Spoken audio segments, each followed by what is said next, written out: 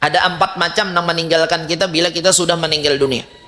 Itu dikatakan Imam Ghazali, 4 macam mujarsidin ketika kita hidup meninggal, 4 macam ini meninggalkan kita, kada hakun membersamai kita di dalam kubur.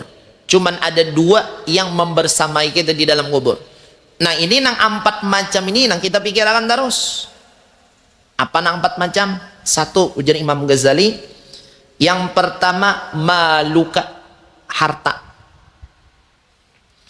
Harta kita alhamdulillah banyak, tabungan banyak, harta banyak, tabungan banyak, tanah di mana-mana, rumah di mana-mana, banyak. Meninggal dunia kada danang umpatnya harta kita. Ya contoh ada bibinian, ini contoh aja. Ada satu bacaan pernah ulun membaca, bibinian ini termasuk orang yang hidupnya berencana hendak mulah suatu tempat tinggal yang paling baik. Menabung, berjualan di pasar, berjualan, ditabung duit, berjualan ditabung, berjualan ditabung, berjualan ditabung, sampai makan nih aja berhitung benar untuk dirinya seorang. Bila makan hintalo ujarnya pengeluaran sehari 40.000, amun kau pengeluaran 5.000 aja cukup makan sehari. Jadi nasi iwak karing dibalah, misalnya sebiji iwak karing halus dibalahnya 6. Nah ini bahayanya, sebagian pian sebagian ulun dihematnya benar. Hintalo sabiji, hintalo bejarang cukup gasan seminggu misalnya, simpan. Nah ujarnya ini ibaratnya luar hemat hidup, karena hemat pangkal kaya ujarnya, hemat benar.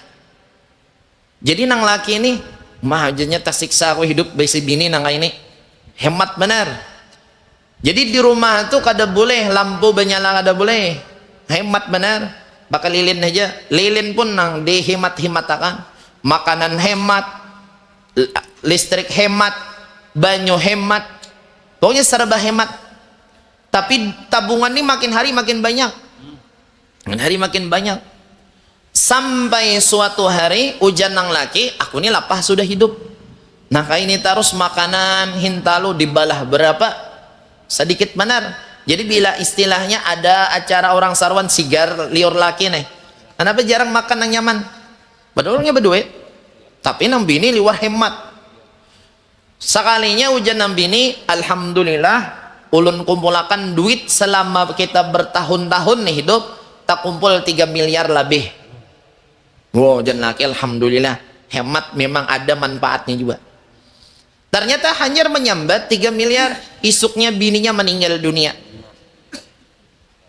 Siapa nang nyaman? Laki nang nyaman. Seorang menabung puluhan tahun, tenaga keluar, pikiran keluar, masa depan nang hendak nang layak nang nyaman, sampai tertabung duit 3 miliar. Apa hasilnya? Hasilnya waktu di puncak hendak meraih ternyata meninggal dunia. Apakah duit 3 miliar tadi dibawa ke dalam kubur? Kada. Ujar laki berilaan, saatnya aku nyaman sudah makan ini. Untung-untung nang laki menggunakan 3 miliar gasan taat kepada Allah, membangun masjid misalnya, membangun tempat-tempat yang baik.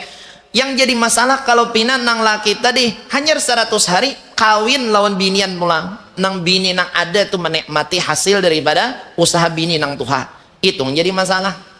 Makanya kita bila dapat nikmat diberikan oleh Allah Subhanahu wa taala, disuruh kita untuk mensyukuri apa yang diberikan oleh Allah Subhanahu wa taala. Jadi yang pertama yang meninggalkan kita nih di dalam kubur, yang pertama adalah harta.